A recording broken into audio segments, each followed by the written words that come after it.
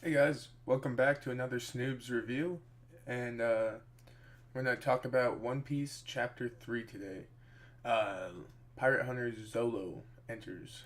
So Zoro, also known as Zolo, it's kind of a mixed match. R's and L's just really jacked up. See it a couple other times. His name's really weird because he's Roanoa, Roanoa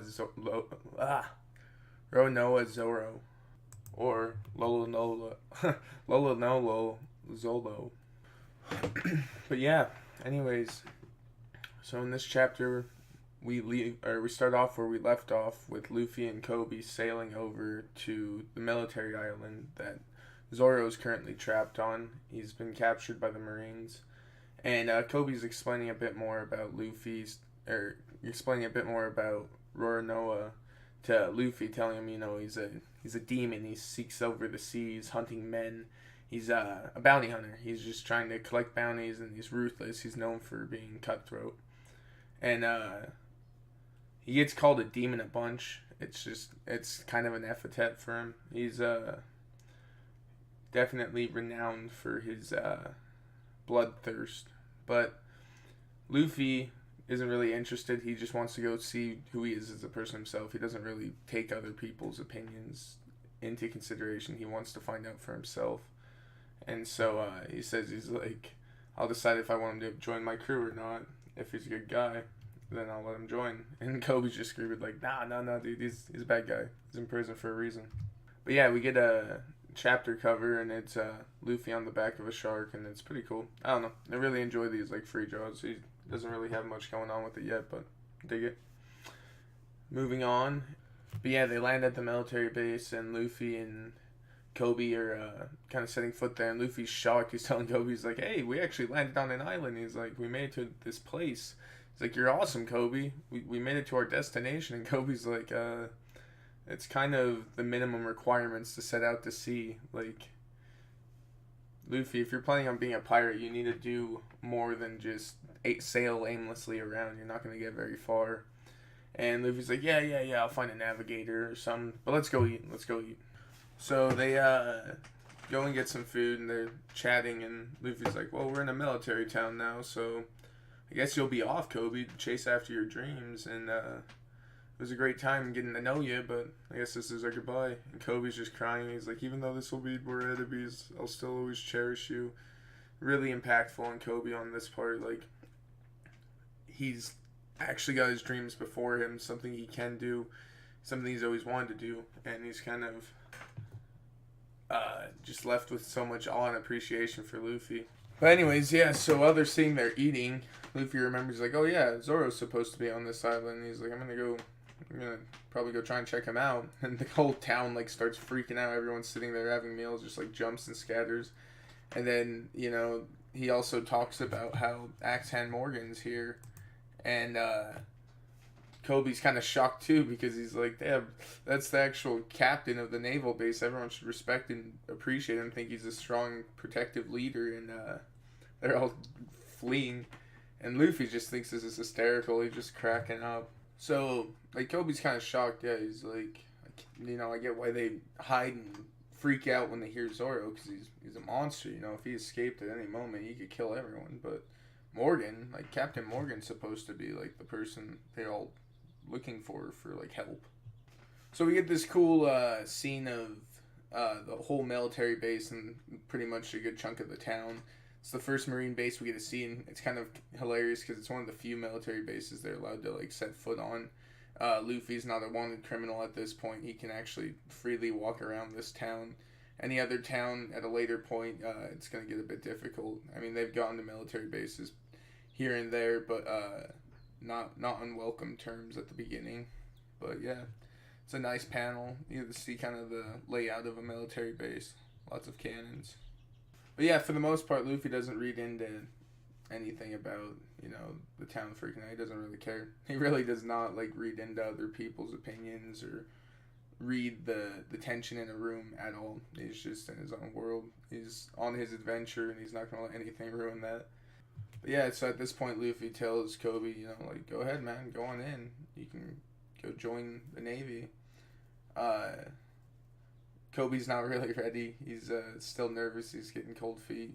He's not mentally prepared to take on being a Marine yet. He's worried the captain's going to be extremely scary, it seems. So yeah, Luffy climbs the wall and he wants to get a peep at Zoro. He thinks he's on the other side of the fence, and Kobe doesn't.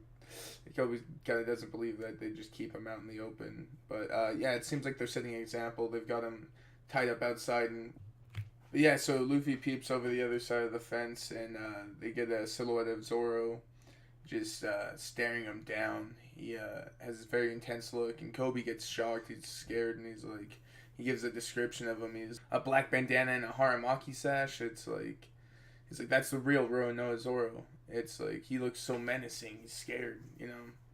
And he's renowned, I guess, for his appearance as this swordsman that shows up, and he's got these specific items he wears when he fights. And yeah, we get our first actual full profile of Zoro, and he's tied up on this cross, splayed out, and tied at the stomach and bound at the arms, so he can't move at all. And yeah, he's on display, I guess, for the town to show him that, like, what happens when you disobey the government. It seems like the captain runs a very strict, like, profile here. We learned his name earlier, Axan Morgan. I mean, that just sounds intimidating enough, but he's the overseer of this whole island, and this is probably some example he's setting for the town. But Luffy's, he wants to untie him. He's like, I wonder if I could just, you know, untie those ropes, and we'll, like, just sit and chat, and I'll see if he's a good guy and if he wants to join my crew. And Kobe's just, like, freaking out. He's just like, no way, that's suicide, man. You're gonna kill us. You're gonna get us killed. He's like, don't let that man loose on the town. He'll wreak havoc. So, yeah, he yells to Kobe, it seems like. He's like, come over here and untie me. He's like, I've been tied up for 9 days. I can't take it anymore. And he just, like, leers at Kobe. And he's like, I'll make it worth your while. I'll capture, like, the biggest head, the biggest bounty. And he's like, at nearest to me, and I'll make it all yours. It's all your money. So Kobe's like, don't untie him, Luffy. He's like, if he gets away, he's gonna kill us. He'll kill all the people in the town. And Luffy's like, he won't kill us. He's like, he couldn't. I won't let him. He's like, Luffy is not scared of him at all. He's 100% sure of his ability to take him on, that he's stronger than Zoro. And this kind of makes Zoro just kind of like, huh? Like, this little pipsqueak thinks he's, like, tougher than me, this punk. He's like, and Kobe's just like, oh my god, Luffy, you have such a big head, man. You're gonna get us killed. And then we have a random character show up at this point. She doesn't become, like, a major part of the story or anything like that, but it's kind of an outside character, but she sets up some of what's going on the actual island, the treatment of the people. And she climbs over the fence, and Kobe's just kind of shocked. He's like, hey, don't go down there. That guy's murderous. He's a demon. He'll kill you. And he's, like, screaming to Luffy. He's like, go grab her. She's like, she's going to get herself killed. And Zoro's, like, telling the girl, get lost. He's like, you know, you're not supposed to be here. And she's like, I made these rice balls for you. She's trying to feed him because she knows he hasn't been fed while he's been tied to this post for the last 9 days. And so, for some reason, she's giving him these rice balls, and Zoro's like, I'm not hungry, you know. He's like, beat it. He's like, I've had it with you. Get out of here. She doesn't want to leave. She wants to feed him. She seems super grateful to him, and Zoro's like, I'll stomp you to death. He's like, he doesn't want her kindness. He's trying to reject her. Seems to just protect her, like he knows she'll get punished for being in this area. And then we get introduced to this dickhead. His name's Helmeppo, and he's telling Zoro, he's like, you shouldn't frighten girls. He's trying to make him out to be this evil villain.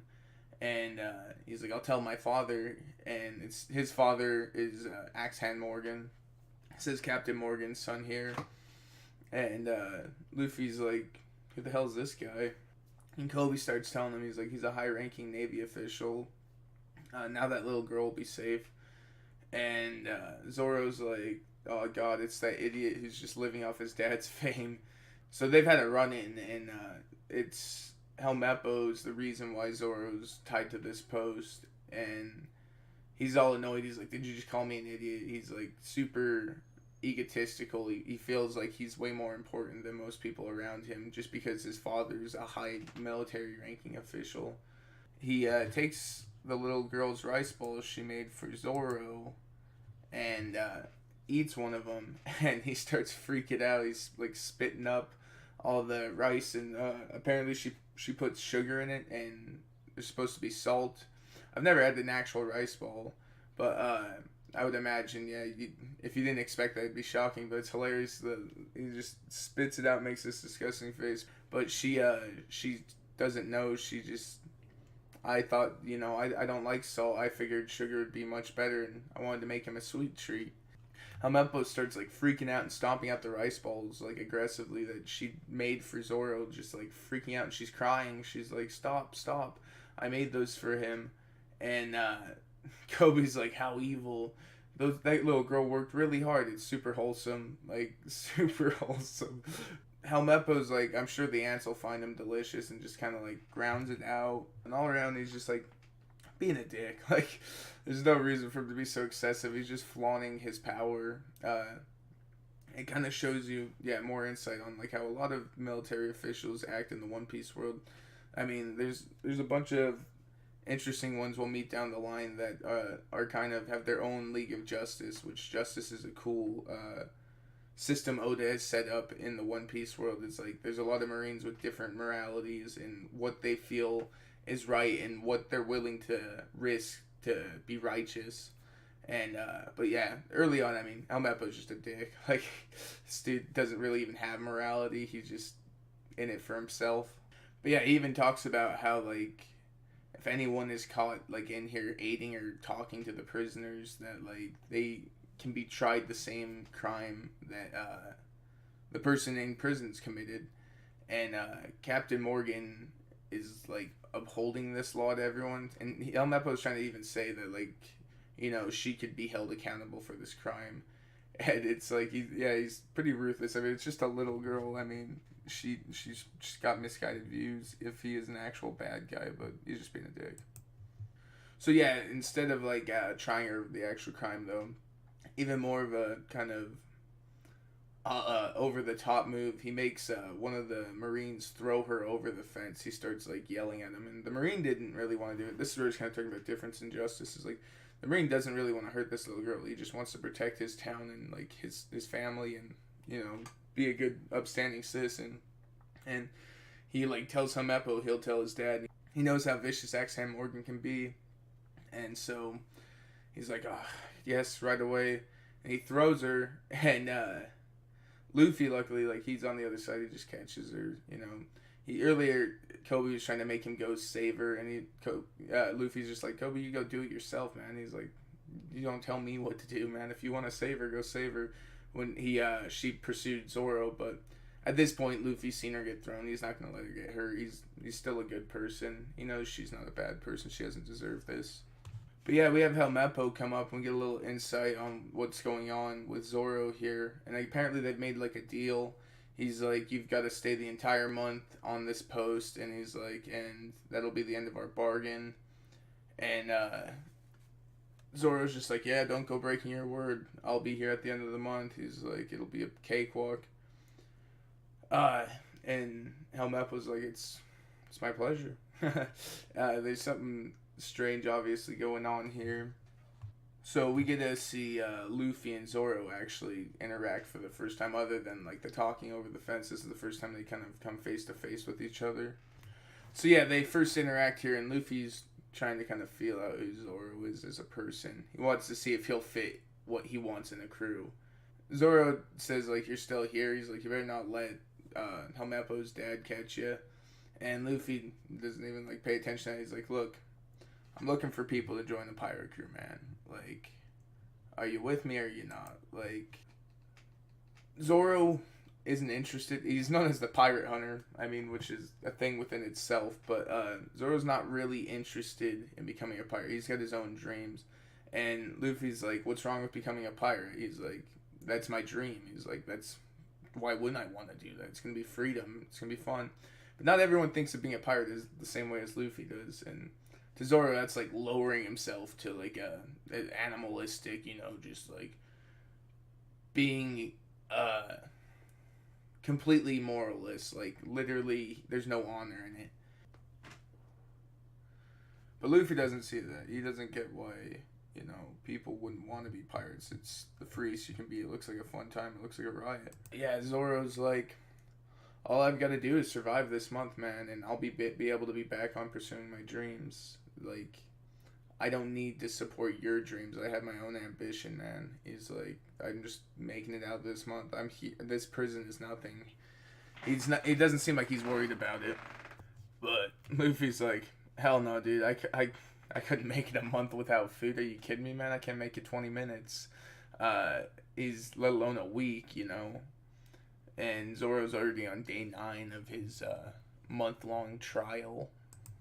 But yeah, Luffy's about to leave. He's like, all right, man. Well, I guess I'll go look for a crew elsewhere. And Zoro's like, hey man, can you pick up that rice cake for me, though? Like, I mean, it's on the ground here. If no one's going to eat it, it's going to drive me nuts all day, man. Like, I'll eat it. And then Luffy's even like, you're not going to eat it, are you, man? Like, the thing's a dirt ball more than it is a rice ball now. He's like, I know you're hungry, but ugh. And Zoro's like, I don't care, just give it to me. He's like, doesn't matter, I don't want to miss one grain of rice. So he's just like munching down on this thing. He's really getting it right there, man.